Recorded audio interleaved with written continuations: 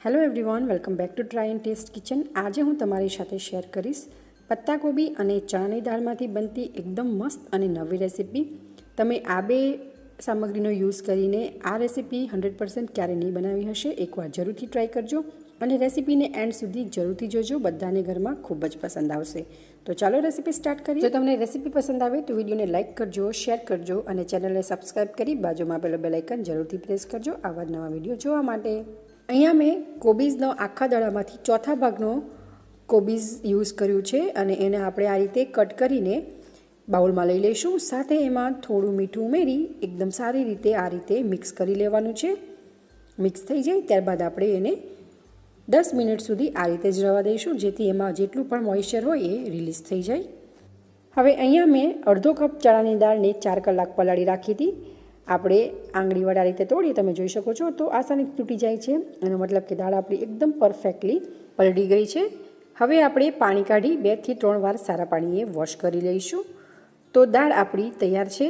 હવે આપણે આ દાળમાંથી 1 થી 1.5 ચમચી જેટલી દાળને આપણે સાઈડમાં કાઢી લઈશું અને બીજી બધી રિમેનિંગ દાળને આપણે મિક્સર જારમાં લઈ એને આપણે પેસ્ટ બનાવી દઈશું। તો ગ્રાઇન્ડ કરતા વખતે આપણે બિલકુલ પણ પાણી એડ નથી કરવાનું, એનું ખાસ ધ્યાન રાખવાનું છે। પાણી એડ કર્યા વગર જ આપણે દરદરી આ ટાઈપની પીસી લેવાની છે। તો તમે જોઈ શકો છો કે આપણી એકદમ સરસ દાળ પીસાઈને તૈયાર થઈ ગઈ છે। હવે આપણે એને સાઈડમાં રાખીશું। તો 10 મિનિટ બાદ તમે જોઈ શકો છો કે કેબેજ થોડું લૂઝ થઈ ગયું છે, એમાંથી જે મોઇશ્ચર છે એ બધું રિલીઝ થઈ ગયું છે। આપણે હાથ વડે આ રીતે થોડું થોડું મેશ કરશું।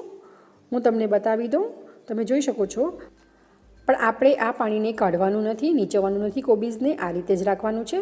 હાથ વડે કોબીઝને થોડું આપણે આ રીતે મેશ કરી દઈશું। મેશ થઈ જાય ત્યારબાદ આપણે તેમાં 1/4 કપ ચોખાનો લોટ ઉમેરીશું। ચોખાનો લોટ ઉમેરવાથી નાસ્તો થોડો ક્રિસ્પી બનશે।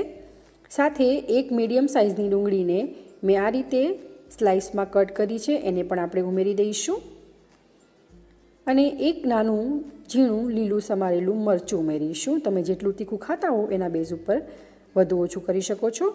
આદુ મરચાંની પેસ્ટ પણ ઉમેરી શકાય અને લસણ ખાતા હો તો લસણ પણ ઉમેરી શકાય। થોડી ધાણા ભાજી ઉમેરીશું અને ત્યારબાદ આપણે જે ગ્રાઇન્ડ કરેલી પેસ્ટ હતી ચણાની દાળની, એ પેસ્ટને આપણે ઉમેરી દઈશું અને થોડી જે આપણે ચણાની દાળ સાઈડમાં રાખી હતી એને આપણે ઉમેરીશું। એનાથી એકદમ સરસ ક્રન્ચી ટેસ્ટ આવશે। સાથે 1/2 ટીસ્પૂન જીરું ઉમેરી એકદમ સારી રીતે મિક્સ કરી લઈશું। આપણે પાણી બિલકુલ પણ એડ નથી કરવાનું, દાળ પણ મોઇસ્ટ છે અને કેબેજમાં પણ આપણે મીઠું એડ કરવાથી પાણી રિલીઝ થયું હતું, એનાથી જ આપણું એકદમ પરફેક્ટ આ ટાઈપનો ડો બનીને તૈયાર થઈ જશે। ત્યારબાદ આપણે થોડું મીઠું ઉમેરીશું। મીઠું આપણે કેબેજમાં ઉમેર્યું હતું તો દાળના ભાગનું જ ઉમેરવાનું છે। સાથે મેં એક મીડિયમ સાઇઝનું ટમાટરને બી કાઢી આ રીતે નાનું નાનું ચોપ કરી લીધું છે, એને પણ આપણે ઉમેરીશું અને એકદમ સારી રીતે મિક્સ કરી દઈશું। ટમાટર મેશ ન થાય એનું ખાસ ધ્યાન રાખવું। મિક્સ થઈ જાય ત્યારબાદ આપણે થોડું પોર્શન હાથમાં લઈ આ રીતે બોલ્સ વાળીને ચેક કરશું। જો બોલ્સ બાઇન્ડ ન થતા હોય અને બેટર છૂટું પડી જતું હોય તો તમે થોડો ચણાનો લોટ પણ ઉમેરી શકો, બેસન ઉમેરી શકો। ત્યારબાદ આપણે નાના નાના લીંબુના સાઇઝના પોર્શન લઈ આ ટાઈપની ટીકી વાળીને તૈયાર કરી લઈશું। તમે જોઈ શકો છો એકદમ પરફેક્ટ આપણી ટીકી વળાઈને તૈયાર થઈ ગઈ છે અને બાઇન્ડિંગ પણ એકદમ પરફેક્ટ છે। તો અહીંયા મેં એવી જ રીતે આ બધી જ ટીકી બનાવીને તૈયાર કરી લીધી છે, એકદમ પરફેક્ટ બની છે। હવે આપણે આ ટીકીને ફ્રાય કરીશું। તેના માટે મેં તેલ ઓલરેડી ગેસ ઉપર ગરમ કરવા માટે મૂકી દીધું હતું અને તેલ એકદમ સારું એવું ગરમ હોવું જોઈએ જ્યારે ટીકી આપણે ફ્રાય કરવા એડ કરીએ ત્યારે। તો તેલમાં જેટલી આવે એટલી આપણે ટીકીને તેલમાં ઉમેરી દઈશું। પહેલી 1 મિનિટ આપણે ટીકીને હાઈ ફ્લેમ ઉપર જ ફ્રાય કરવાની છે, જેથી ઉપરનું જે લેયર છે એકદમ સારી રીતે સેટ થઈ જાય અને ટીકી આપણી તૂટે નહીં।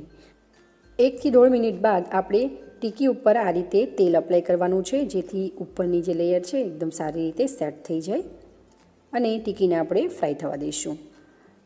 1 થી 1.5 મિનિટ બાદ આપણે ટીકીની સાઈડને ચેન્જ કરી દઈશું। તો આવી જ રીતે આપણે એકદમ સરસ ગોલ્ડન ક્રિસ્પી થાય ત્યાં સુધી સાઈડને ચેન્જ કરતાં કરતાં ટીકીને આપણે ફ્રાય કરી લેવાની છે। 1 થી 1.5 મિનિટ બાદ આપણે ગેસની ફ્લેમને મીડિયમ કરી દેવાની છે બિકોઝ જો તમે હાઈ ફ્લેમ પર ફ્રાય કરશો તો ઉપરથી ક્રિસ્પી થઈ જશે, અંદરથી કાચી રહેશે. ઓકે, અને લો ફ્લેમ રાખશો તો તેલ ચડી જશે. તો મીડિયમ ફ્લેમ ઉપર જ આપણે ટિક્કીની સાઈડને ચેન્જ કરતાં ક્રિસ્પી થાય ત્યાં સુધી ફ્રાય કરી લેવાની છે. તો તમે જોઈ શકો છો એકદમ સરસ આપણો ગોલ્ડન કલર આવી ગયો છે ટિક્કીનો અને એકદમ ક્રિસ્પી બની છે.